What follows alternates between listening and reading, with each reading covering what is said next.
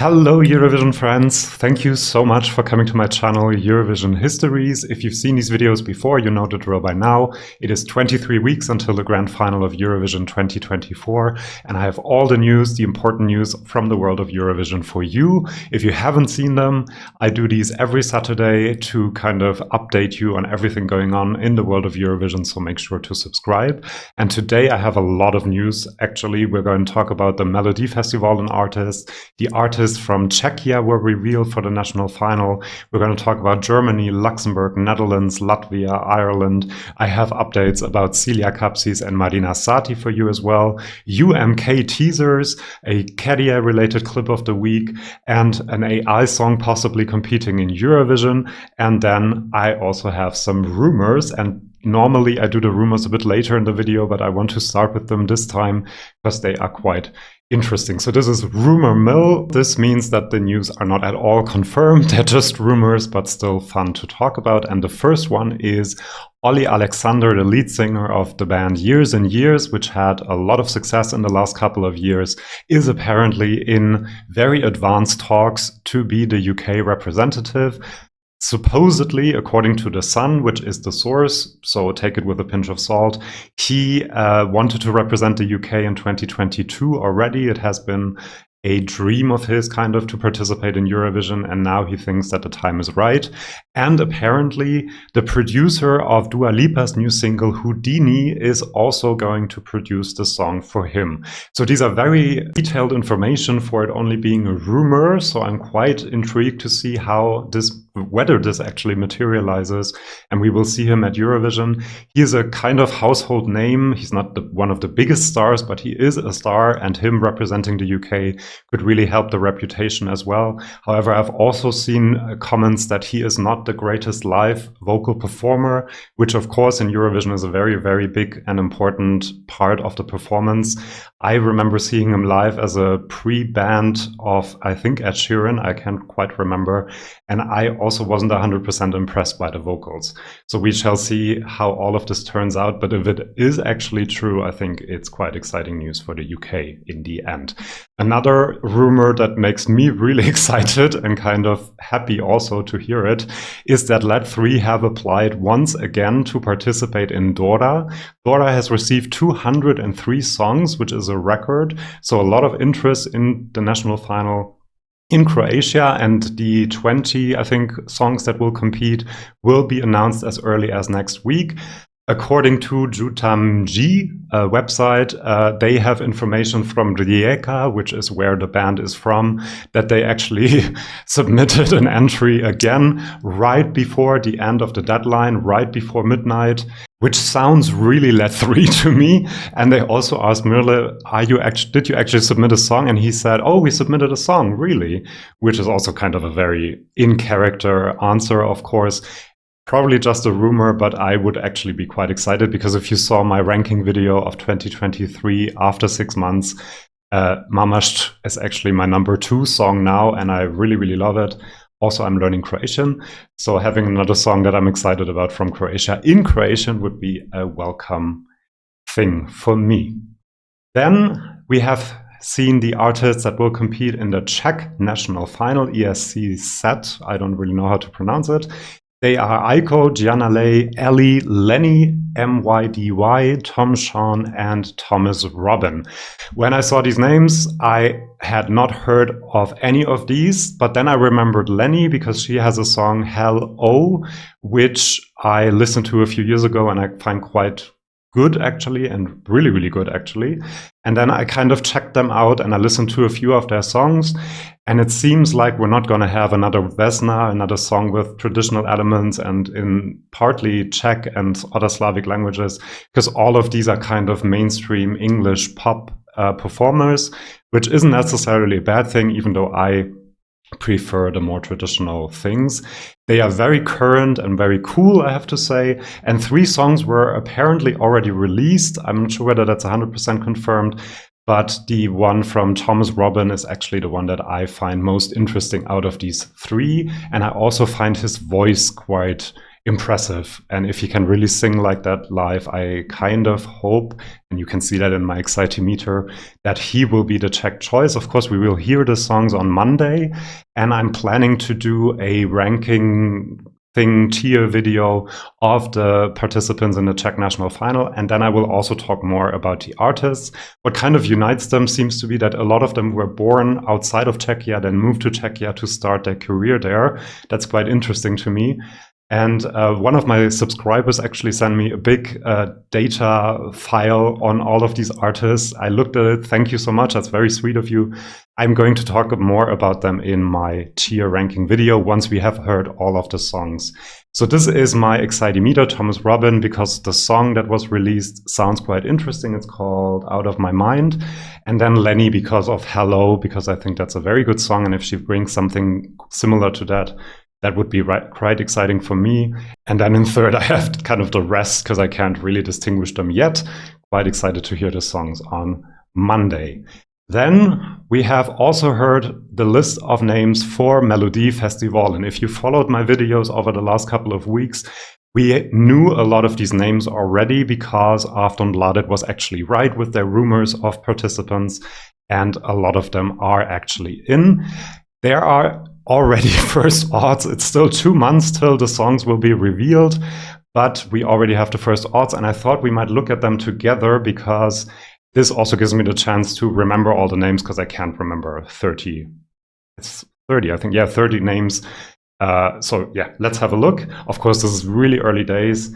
We see that some of them seem to be dead on arrival. Lasse Stefans, Gunilla Persson. There are again around 10 songs in Swedish. That's kind of the same as last year. But I kind of hope, because they are hosting this year, that they might be a bit more adventurous and choose something in Swedish. So I'm going to talk about a lot of the artists that could deliver that. One of them is in 24th place here, and that's Cloudy. I listened to a few of his songs and I really love this style. It's current, it's cool, it's kind of piano ballad also a little bit. And he could be the one representing Sweden finally with a song in Swedish. By the way, Gunilla Persson, can some Swedes in the comments kind of explain who she is? Because that song is very interesting. The last one that she had in Melodifestivalen, and I hadn't heard of her before. Melina Borglo could also deliver a song in Swedish. That would be really nice. And let's go up a bit. We have Samir and Victor. I asked you also in the community tab of my channel, and a lot of you were quite excited about these two. Fröken Snusk as well, and they seem to have a song in Swedish. They have their mask and the big performance art thing, so they might be in the running maybe. Then I was also quite excited about Jay Smith because I love a country rock song and he seems to be right up that alley. We have Clara Klingenström. I kind of confused her with someone else in one of my previous videos. Sorry about that. But she could also have the chance to represent Sweden in Swedish. But the ones that are most likely, I guess, is Medina. I'm guessing that despite the Spanish title, the song will be in Swedish like last time. You have Lisa Ajax, you have Kim Cesarion, Cassiopeia, the producer and composer of Tattoo, one of the many composers of Tattoo. Smash Into Pieces. Lots of you in the community tab of my channel were really excited about that band. A rock song from Sweden would also be something quite new. Maria Sur is back, Liamo is back, and then the top three in the odds at the moment, again, very early days, are Dotter. And I have to say I'm quite excited about that because she took a break last year. Maybe she knew that Loreen was coming, and I kind of feel like she might have the song to finally win Eurovision. I mean, Melodifestivalen first. We will see about Eurovision later on.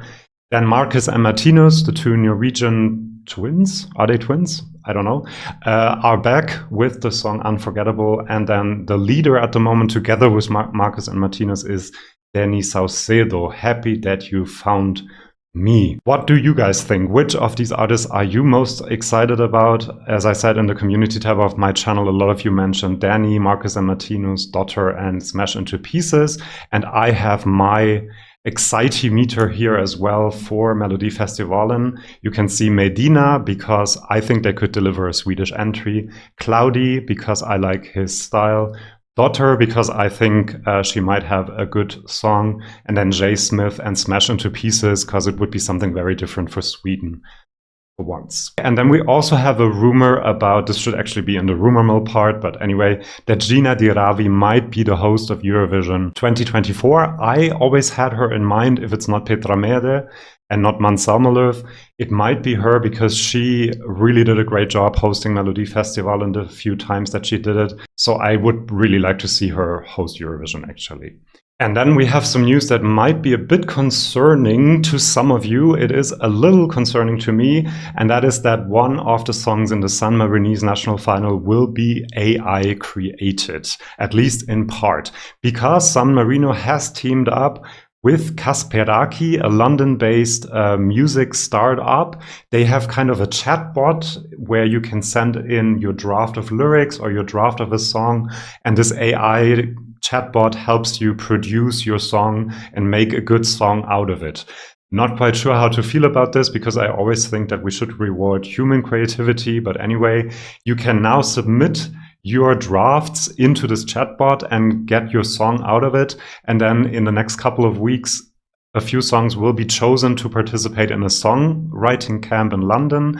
And then one of these songs will be part of the San Marinese national final. There were some discussions earlier in the year about banning AI-generated songs on Eurovision, and I guess San Marino now is kind of adding urgency to this question, whether they actually do this. I think for this year it's too late, but maybe they will add this rule next year. San Marino will have its national final, I think, on the 24th of February.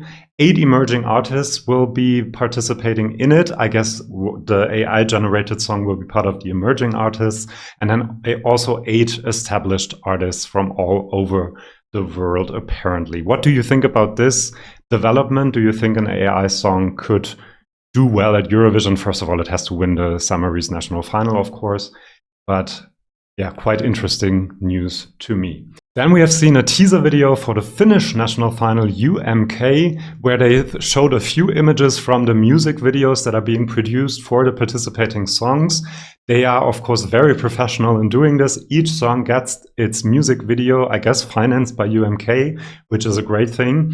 And they had images of these, and they were quite interesting. One looked like a cell a little bit. One had very ugly cherry wallpaper, in my opinion, at least. Then crazy shiny shoes with toes. Maybe some Finns can tell us whether that points to anyone in particular, because it looks very unique. Then artificial rain, stuff on a rock that looked very mysterious. A llama as well. So I don't know what exactly that is supposed to tell us. Maybe some Finns can let us know in the comments whether they have an idea who the participants might actually be. And speaking of Finland, I have my clip of the week, and that is a version of Cha Cha Cha on The Masked Singer Finland by Bulldog.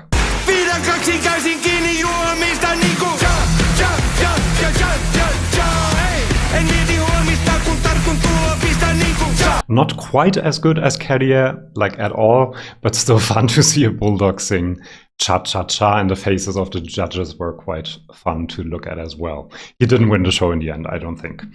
Then I have a plug for my own videos, and my latest video before this one was ranking all of the songs of Eurovision 2023, 6 months on. I'm kind of thinking about doing this for the last couple of years, because it's a lot of fun for me to do, and you seem to have fun watching it.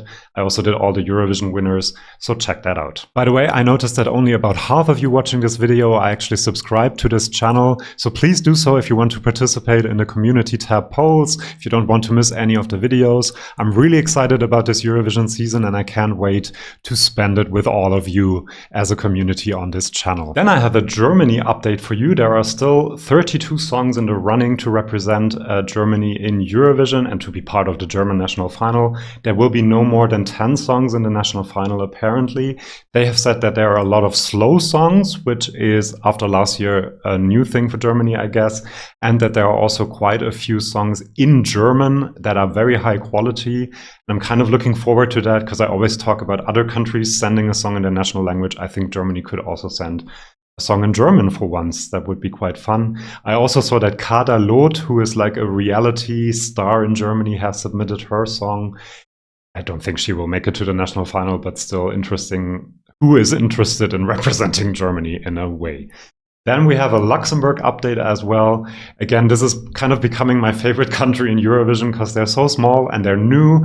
They're returning after 30 years, but they're putting a lot of work into their selection. They have called it Luxembourg Song Contest. There might have been a bit more creativity, but still, I love the logo in the Eurovision style. And I saw a video by Jan Bors, who's one of the jury members selecting the entries for the national final. He has a YouTube video, check it out, it's quite interesting. They show the hall where the national final will be held. They say that it will be one of the biggest TV shows Luxembourg has ever seen.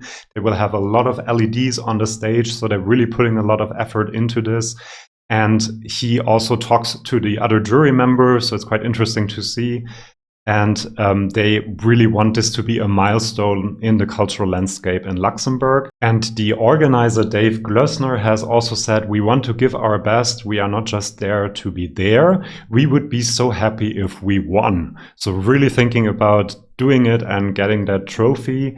He also said we would have a big party in Luxembourg if they won to celebrate, and the next day we would start planning the next competition. So we would have a year to organize the biggest TV show in Europe. Very, very motivated to actually win. I really love that.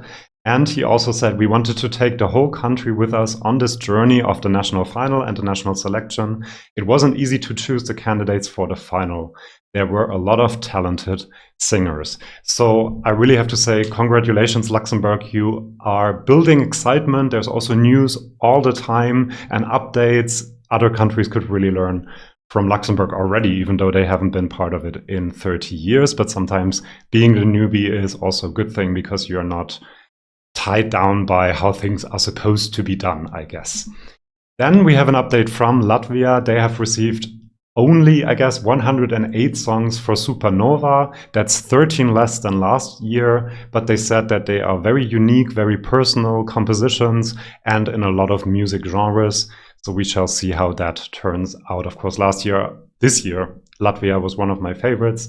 So I hope they continue on this very positive path. Let's go to Ireland. I have to admit that I was wrong. A few videos ago, I said that extending the deadline might show that there's not a lot of interest in the national final, but there were actually 380 songs that were submitted to the national final, which will be part of the Late Late Show once again. 60 have already been selected out of these 380, and then out of the 64 will be selected to be part of the Late Late Show final, and 2 more will directly qualify to the final. So we will have 6 songs in Ireland competing.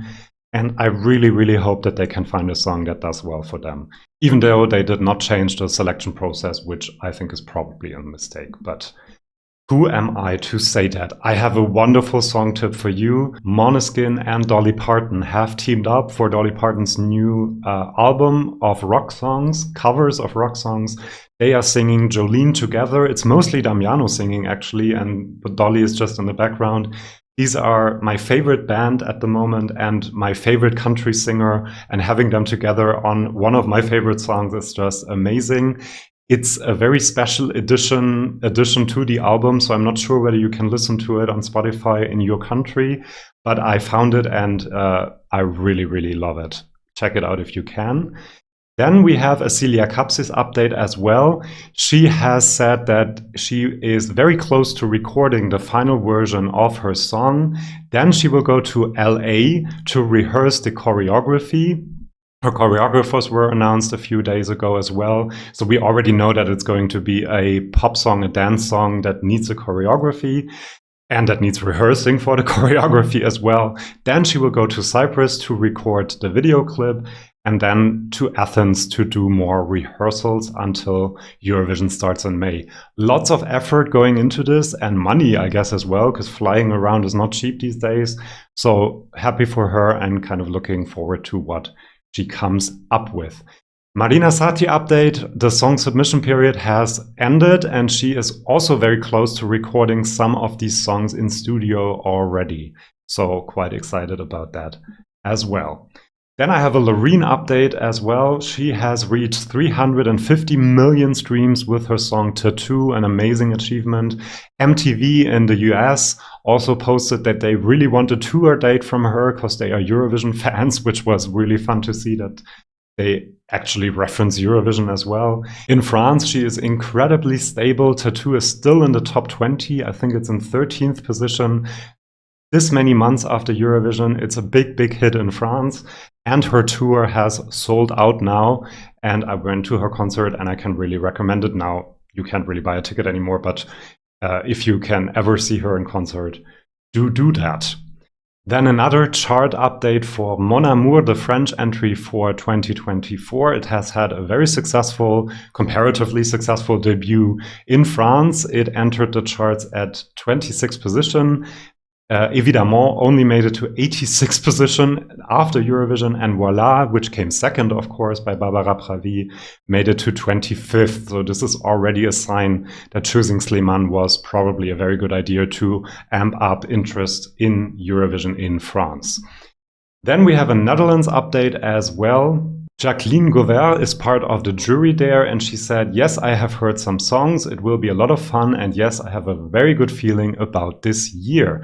I'm very excited for sure. They all sang their song live, which is also really cool because it's very different from just listening to a recording. I am using this quote because it shows that they are putting a lot of effort and a lot of focus on the live vocals this time, because obviously this year their song kind of went under because the live vocals weren't as good as people expected. Then there was a bit of ticket chaos this Tuesday when the first tickets for Eurovision 2024 went on sale. Let us know if you are one of the lucky ones that got a ticket. I didn't even try, but I saw a post that over 400,000 people were in the queue to get a ticket. And obviously not everyone could get one at all, but more tickets will be released in the coming weeks, they have announced. Then I have a web tip for you. I actually have two. The first one is Eurovision Wars podcast. Really, really interesting. They look at the very political part and side of Eurovision, even though officially Eurovision is a non-political event. There's, of course, always politics in the background. And they have 2 seasons already. You can listen to them on Spotify. And I really recommend it because, especially if you're interested in politics and interested in Eurovision, it's a really fun listen, and do try it out. I can really recommend it. And then my other web tip is for Instagram, and that is the Eurovision meme book, because I saw this yesterday and it made me laugh out loud. And they are kind of satirizing the Spotify rap thing, where you get your most listened to songs of the last year on Spotify. And it also shows you the genres that you listen to the most. For me, it showed pop, Italian pop, French pop, Latin pop, so basically pop. But anyway, and they have this cool meme which says, disappointing, you've allowed yourself to be defined by a single genre, and the genre is Eurovision Song Contest.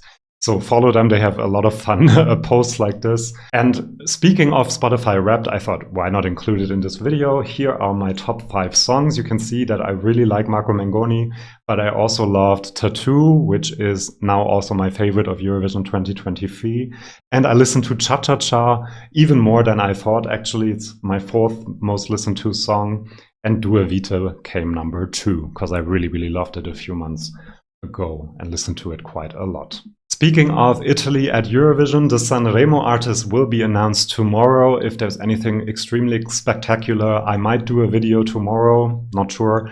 But otherwise, I will talk about them in my next news video next Saturday. These are all the news I have for you this week. It was a lot, I think. Let me know in the comments what you think about all of these news items, and then I will see you in my next news video next Saturday, or one of my next videos. As I said, on Monday or Tuesday, I'm going to do my tier ranking of the Czech entries as well. So lots to look forward to in the next couple of months. I'm really looking forward to spending the Eurovision season with you. Thank you so much for always joining the premieres as well. And I'll see you for my next video if you want to. See you then, and bye-bye.